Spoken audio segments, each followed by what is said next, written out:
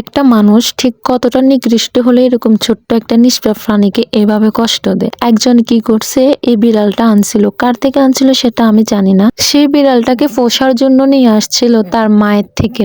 বিড়ালটার 1 মাস পর্যন্ত এখনো হয় নাই, তাকে নিয়ে আসছে তার মায়ের কাছ থেকে আলাদা করে তাকে পোষার জন্য। কয়েকদিন রাখছে, মিনিমাম হচ্ছে যে 3 দিন বা 4 দিন রাখছে। রাখার পরে তার কাছে নাকি বিড়ালটা আর ভালো লাগতেছে না, তার কেয়ার করতে পারতেছে না।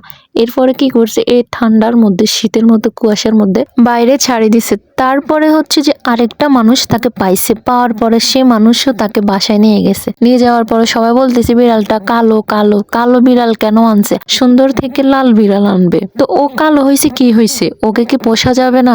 বিড়াল তো বিড়ালে। প্রকৃত ক্যাট লাভার যারা, তারা কখনো বিড়ালদের গায়ের রং বা বিড়ালদের দেখতে কেমন লাগে তা যাচাই করে না। যারা বিড়ালকে সত্যিকার ভালোবাসে, পছন্দ করে, তারা বিড়াল যেরকম হোক সেরকমই পোষে। তারপর কি করছে, ওনারাও বিড়ালটাকে বাইরে ছেড়ে দিছে ঠান্ডার মধ্যে। সকালে এরকম কুয়াশার মধ্যে দেখতেছে যে বিড়ালটা বাইরে কাতরাচ্ছে, কেমন যেন ঠান্ডায় একদম ও শেষ। তো ওনারা বলতেছে যে ওনাদের ছেলেমেয়েরা নাকি বিড়ালটাকে পছন্দ করে নাই, ও কালো বলে। কিভাবে পছন্দ করবে? আপনার মন মানসিকতাই তো সুন্দর না। আপনি যদি আপনার ছেলে মেয়েদেরকে বুঝাইতেন, বলতেন, আর ছোট থেকে যদি ওদেরকে শিক্ষা দিতেন যে সৌন্দর্য আসলে বড় জিনিস নয়, গায়ের রং আসলে বড় জিনিস নয়, তাহলে ওরাও বুঝতো, ওরাও বিড়ালটা পোষতো। কেন অন্য মানুষকে কালো বিড়াল পোষে না? আপনারা কেন এরকম লাল বিড়াল খুঁজতেছেন, সাদা বিড়াল খুঁজতেছেন? তারপরে বিড়াল কোনোভাবে আমার কাছে আসে। আমার কাছে আসার পরে আমি একজনকে ঠিক করছি, ঠিক করার পর আমি এখন ওকে নিয়ে যাচ্ছি তার কাছে, তাকে দিব। যেটাকে আপনারা অবহেলা করে বাইরে ফেলে দিয়েছেন, দেখেন এখন আমি তাকে নিয়ে যাচ্ছি আরেক জায়গায়। সে এখন ভালো আছে,